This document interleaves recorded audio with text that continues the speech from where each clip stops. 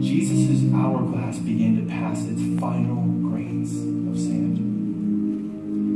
With a sense of dread, he broke bread and washed feet, locked eyes with the enemy, and gave him permission to leave. While Jesus walked and talked with those he would leave behind, deception was set into motion.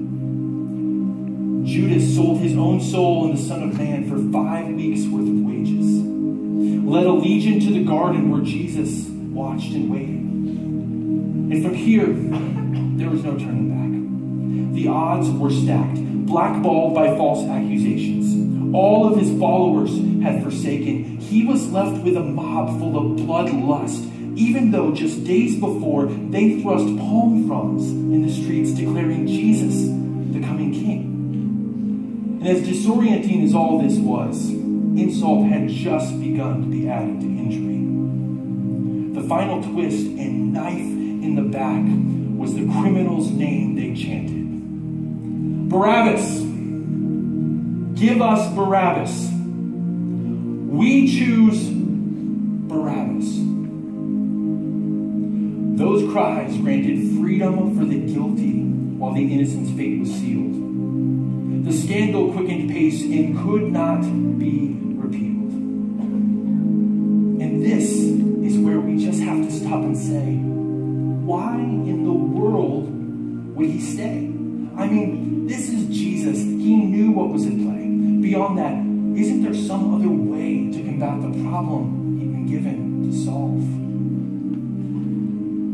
But the scriptures say without the shedding of blood, there is no remission of sins.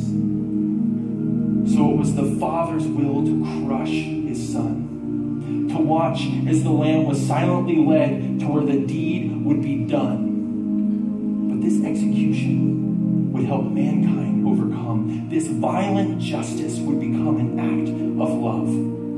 So with joy in his eyes, the Lamb willingly walked to his own end. Beaten, bruised, and broken, the Son of God carried the token of death to the place of the cross, where his skin was pierced and his blood was shed, and he was left to hang between God and man. The weight of our sin was heaped on his chest, and his life slipped away as he breathed his last breath.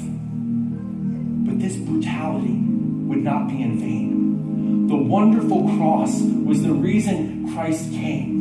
His sacrifice would fully and finally cover our sins. His last breath breathed out would give man new life.